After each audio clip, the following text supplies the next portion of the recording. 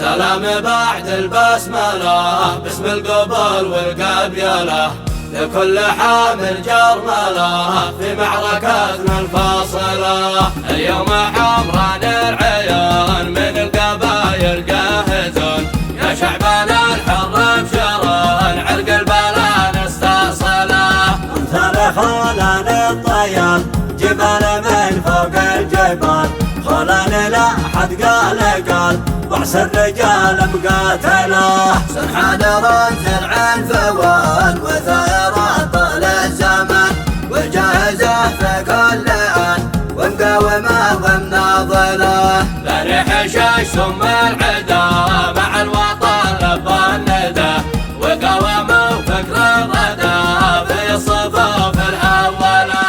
ونعم بلاد الروس راس تشهد لها الحرب الضرس كسرت